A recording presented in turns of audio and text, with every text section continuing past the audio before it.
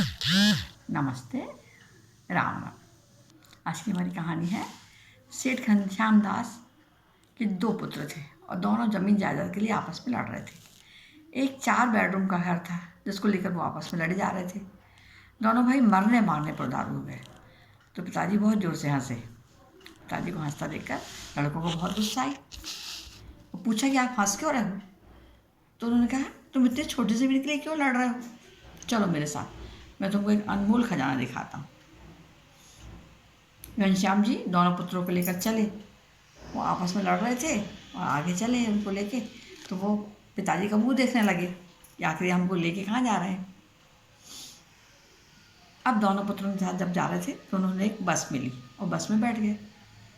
बस में जब बैठने लगे तो 2 ही सीट थी और 2 लोग 3 थे बैठने वाले। बोले अब क्या करें कैसा करें, तो एक एक करके वो लोग बैठ रहे थे आपस में। पहले घनश्याम जी बैठ जाते थोड़ी देर, फिर दूसरा उठता, फिर इस प्रकार 2 सीट में 3 लोग आपस में बदल बदल कर बैठ रहे थे। फिर वो लोग जब बस से उतरे तो उनका गाँव आया। वो लोग अपने गाँव गए। वहाँ गाँव में उन्होंने दोनों पुत्रों को एक बड़ी हवेली के पास ले जाकर खड़ा कर दिया जो पूरी वीरान थी, पूरी सुनसान थी। और उस हवेली में कबूतरों ने अपना घर बसा लिया था। ये देखकर उनके पिताजी बहुत दुखी हुए, रोने लगे। तो बच्चों ने पूछा, आप रो क्यों रहे हो, क्या बात है? तो उन्होंने कहा, देखो ध्यान से याद करो, जो बचपन तुमने यहीं बिताया था, याद है ना तुमको? इस हवेली में अपन लोग रहते थे और मैंने अपने बड़े भाई से इस हवेली के लिए बहुत लड़ाई लड़ी थी, बहुत लड़ा था कि मुझे हवेली चाहिए। तो हवेली तो मैंने ले ली, पर भाई मुझसे हमेशा के लिए दूर चला गया और वो दूर देश जाकर बस गया। अब वो ना कभी हमें मिलता है और ना कभी उससे हमारी बात होती है। बच्चे बेचारे सोचने पड़ गए क्या हुआ, क्या ना कैसा करें। तो उन्हें, अच्छा ये बताओ बेटा, जिस सीट पर तो हम बैठ रहे थे क्या वो सीट हमेशा हमारी हो गई? तो बच्चे बोले, नहीं हमारी क्यों हो गई, हम जब तक बैठे तब तक हमारी थी, और फिर वो तो कोई दूसरा आके बैठेगा तो जो टिकट लेगा दूसरा बैठेगा वो बैठेगा, है ना। सवारियाँ तो बदलती रहती हैं, पहले हम बैठे थे, आज कोई और बैठा होगा, कल कोई और बैठेगा। पर बोले सीट में क्या धरा है, उस सीट से अपन को क्या करना? तो पिताजी पहले हंसे और फिर बोले, देखो मैं यही समझा रहा हूँ, थोड़ी देर के लिए जो तुम्हारा है, तुमसे पहले उसका मालिक कोई और था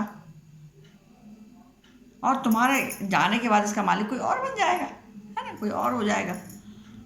तो बेटा ये बात ध्यान रखो कि जो अपन लोग रिश्ते हैं उनको मत मिटने दो, उनकी आहुति मत दो जमीन जायदाद के पीछे।